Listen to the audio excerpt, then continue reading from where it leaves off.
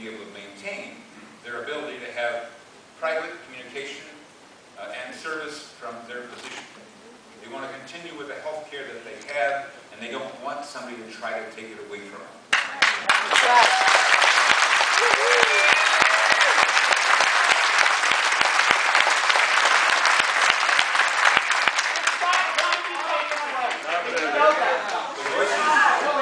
The voices that come into my office on a ratio of 10 to 1 express that view.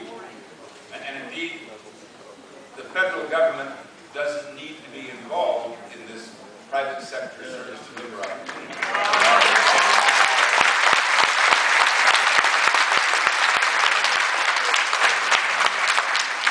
Now, moving from there, hey, quiet down. I can hear you clear if you're talking, so just leave him alone. I'm sorry. I'm not worried about him at all.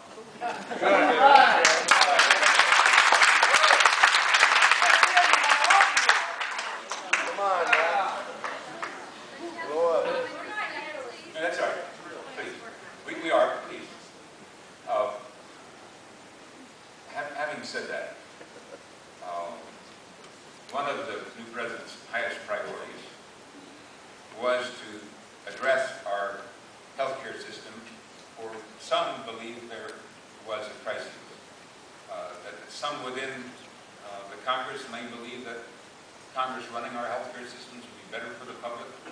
Clearly the president thought that was an avenue that he'd like to become heavily involved in, and how heavily he's been involved in the plan that they presented, I just don't know. But I do know what the Congress is about, and that I need to share with you. There's little doubt that the bill that has recently passed out of the last of 3 committees in our House is the base design of what might be, if it goes a lot further, might be the bill that goes to the President's desk.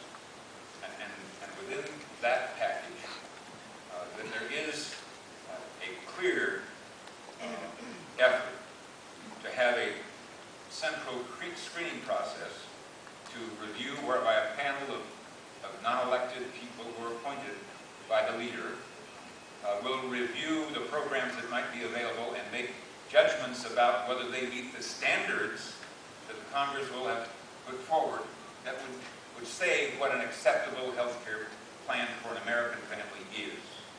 And so let's say you got 20 companies who are involved in this. They go through this review panel, and if they meet the standards, they'd be subject or available for some consideration. Right next to them would be a public option for health care that would be way beyond the Medicare design, but a formula that essentially would handle all of our health care delivery by way of that. It would be a subsidized health care availability following that design, and others would then have to compete with it.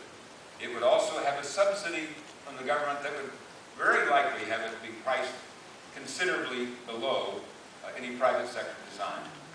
And those who are really worried about this, worried about a single payer system, etc., say that what that would lead to, because it was a government program, is a very high percentage of people out there who are uninsured, if they chose to participate, or if the government didn't pay for their participation, that they would be a part of that public plan.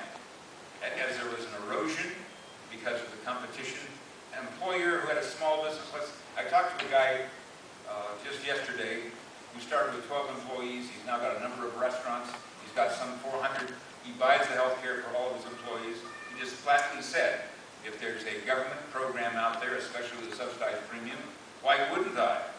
Every other restaurant in the world would do the same thing, and others. I would dump the private plan, and my people would have to go to the public plan. And that erosion eventually would squeeze out everything but what?